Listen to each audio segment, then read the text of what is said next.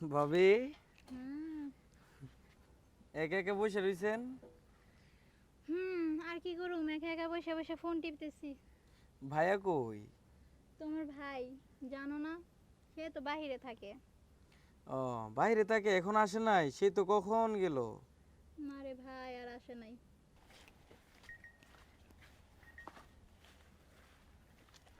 দেখছেন ভাবি, আমার আম গাছে কত আম ধরে। তাই নাকি? হ-